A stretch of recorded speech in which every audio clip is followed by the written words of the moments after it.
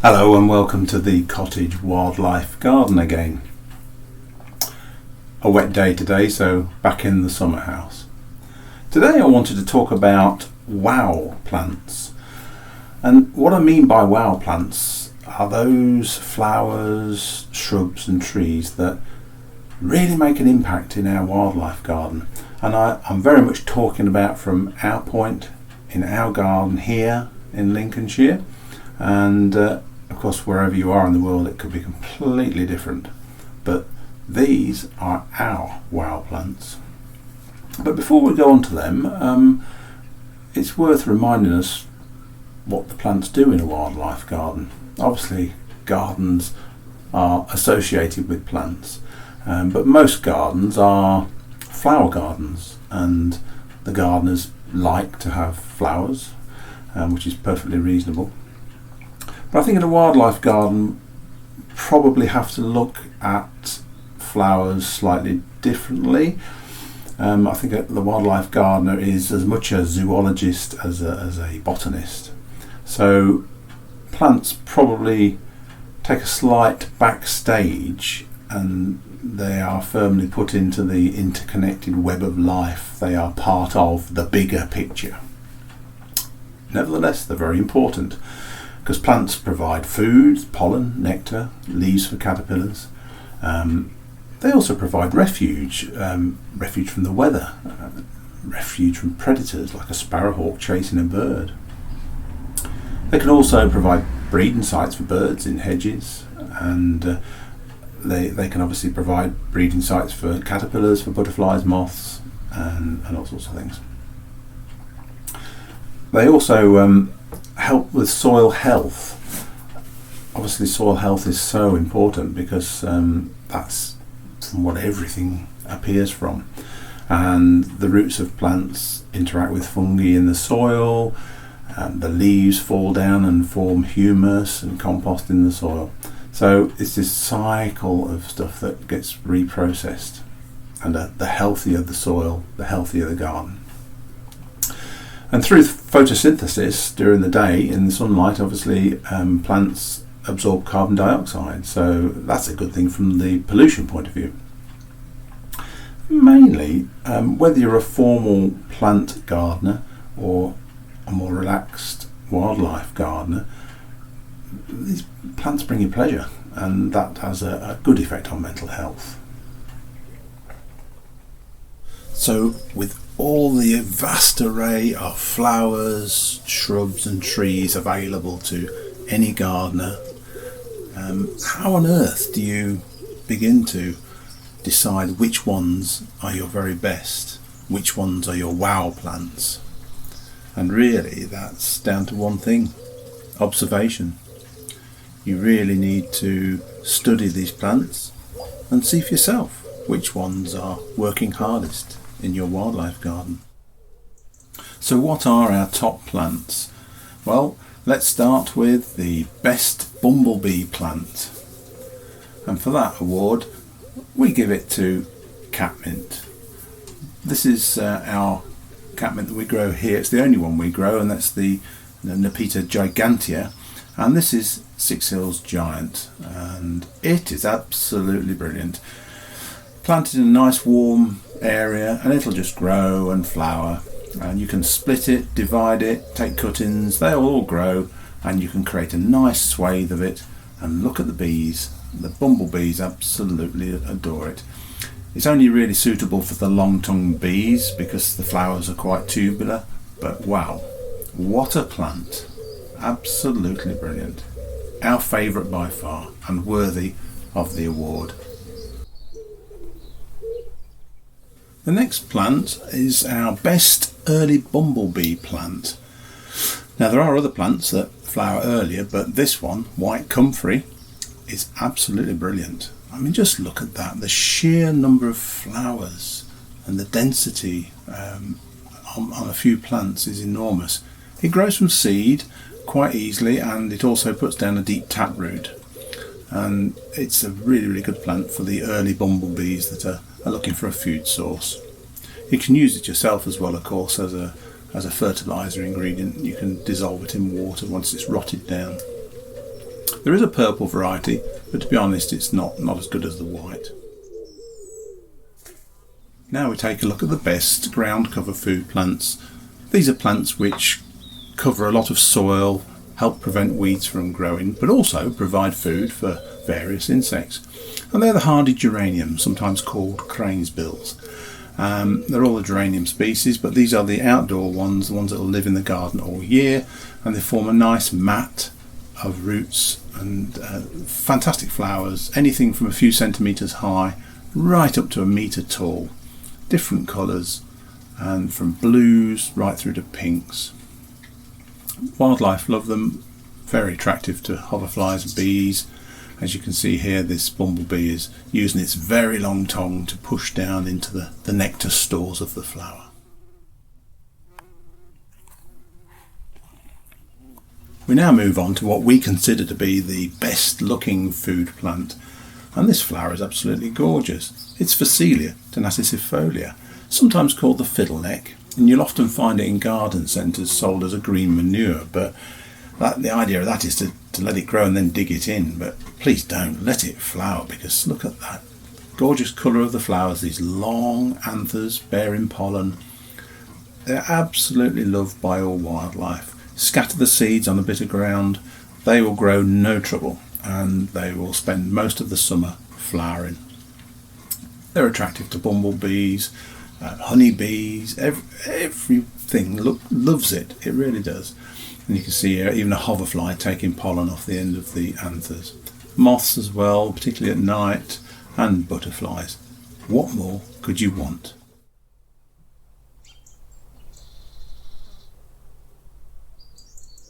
We then move on to the best source of early pollen in our garden, and that goes to the hellebores. These are very early flowering, late winter, early spring, and they're there for the bees that are on the wing on warm days.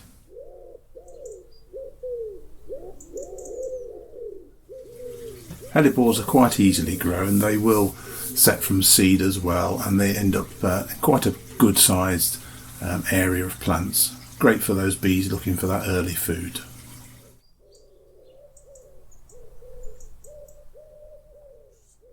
And now we move on to the best solitary bee food plant. Solitary bees are out a lot earlier than other bees, and therefore the fruit trees which are blossoming early tend to benefit from them, such as this pear tree here. Really the solitary bees are the main pollinators of those, because they're out a little bit earlier than all the others. But once it warms up a bit more, then the apple blossom starts to open up, and that's available to a wider range, including bumblebees and honeybees.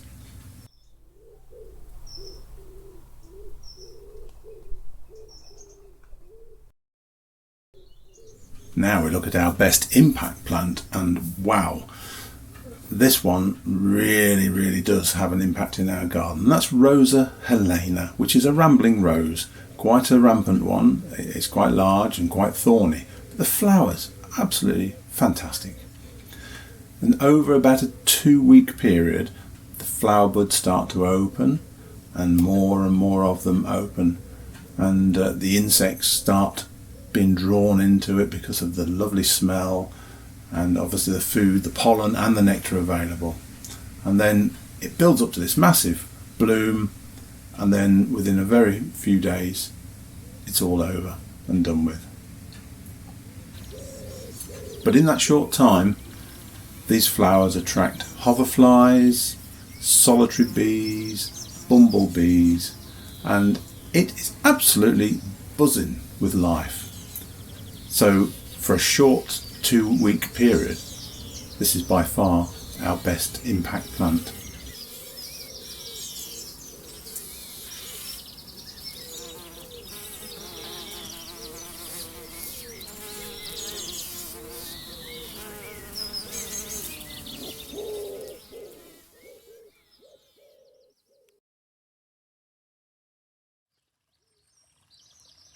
Of course, we have to have the best butterfly plant, and that's well known because, of course, it is the buddleia.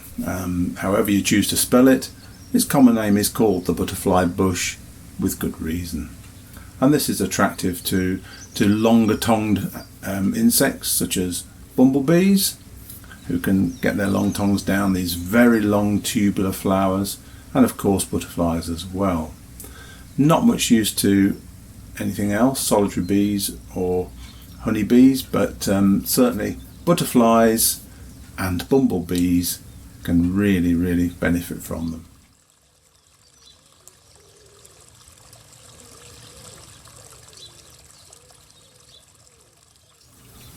Where you have got a good buddleia bush with nice flowers, good scent, you'll always attract butterflies, but this year it's been particularly good, and we can see here a gathering of mostly peacock butterflies here on the top of this buddleia bush, and about a week or so before it was nearly all red admirals, up to 10-12 individuals just on one single bush. So buddleia is the real go-to plant in the wildlife garden for butterflies. Then we look at the best berry feeding plants. Very much been about bees so far, but the cotoneasters are really good for berries for birds in the winter, things like blackbirds and fieldfares. We grow three sorts of cotoneaster, Frigidus, Simonsii and horizontalis. The horizontalis is probably the more traditional one, grown against fences and walls, which is a really good plant.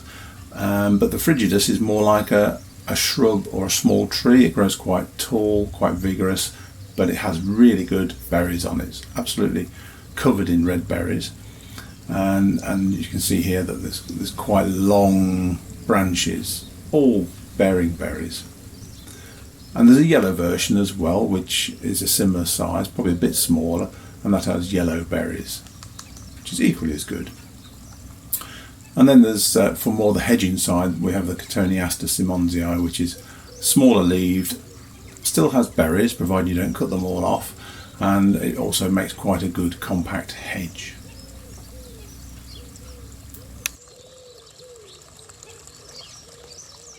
And finally, in our best categories, we have the best late season flower. Now, you could argue asters and various other late flowers, but in our garden it's definitely this hebe, and this is a large hebe. I'm not sure of the variety, but it's an absolutely gorgeous plant, a bit cold sensitive, but wildlife are really attracted to it, whether it's butterflies, mint moths, bumblebees. We have all sorts of things busily feeding on this plant.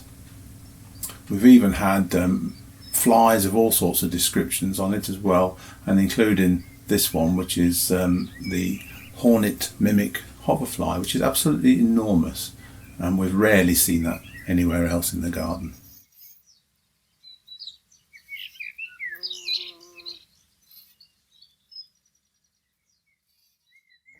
So there we have it. That's what we consider to be our wow plants in the cottage wildlife garden.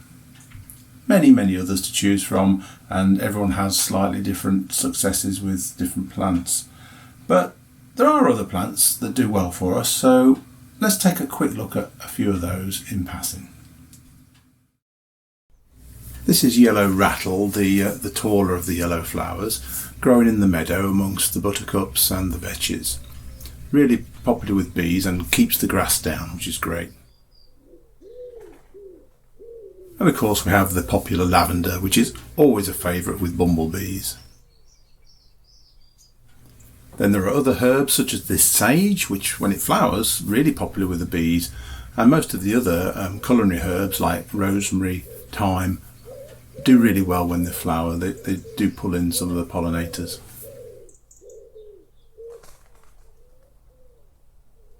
And another popular garden plant, the alliums, grown from bulbs, really popular with bumblebees, but other bees as well.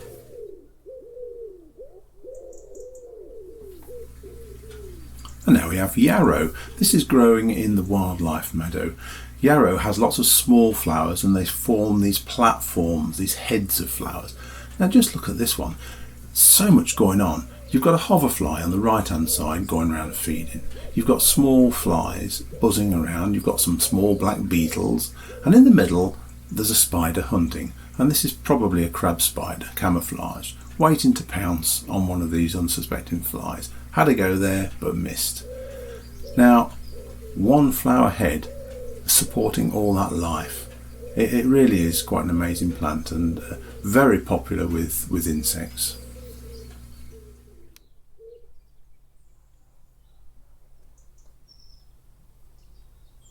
And this is the creeping buttercup. It grows around the damper areas near ponds, and it creeps through the grass. Very, very popular with insects such as this sawfly, and it's a good source of pollen. And en masse, we have to agree surely that that's quite a sight, something to behold on a summer's day.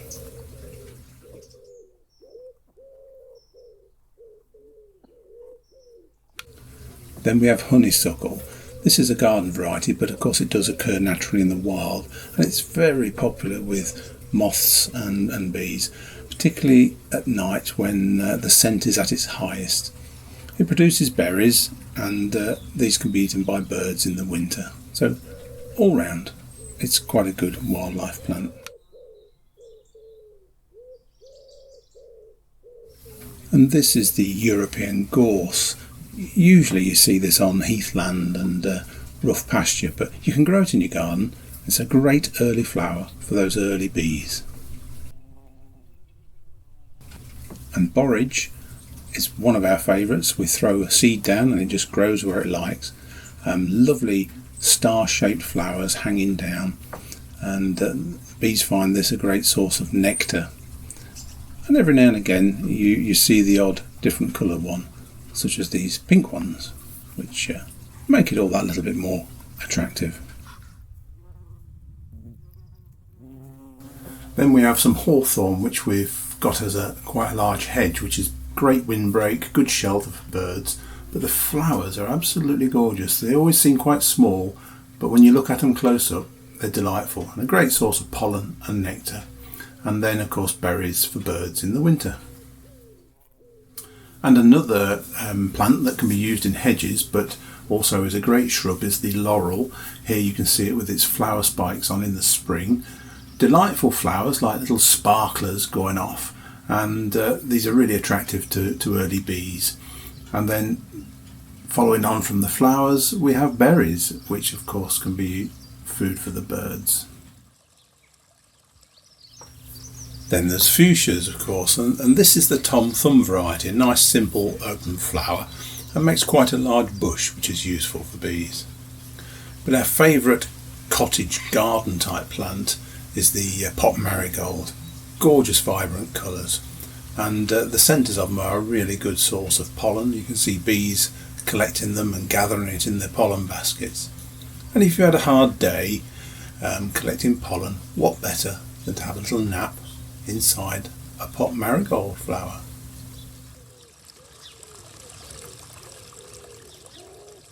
Then we have purple loosestrife. This grows down by the wildlife pond in the damp areas. It's a very nice late flowering plant, and it's favoured by butterflies and bees that are feeding late in the summer. Then we have the globe thistle, Echinops. Grown in a group like this, it can be quite attractive, and it's certainly favoured by bees and butterflies. And the flower is very attractive to us as well.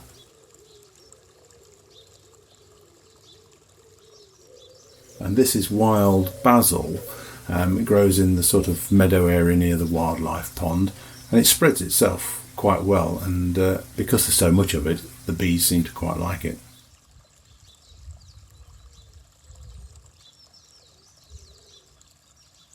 Then we have the green plants like ivy. This is the standard normal ivy that grows on trees.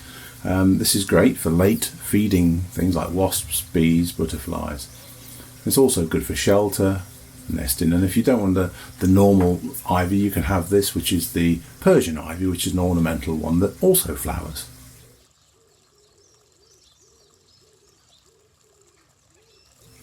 Finally, let's be a little bit controversial.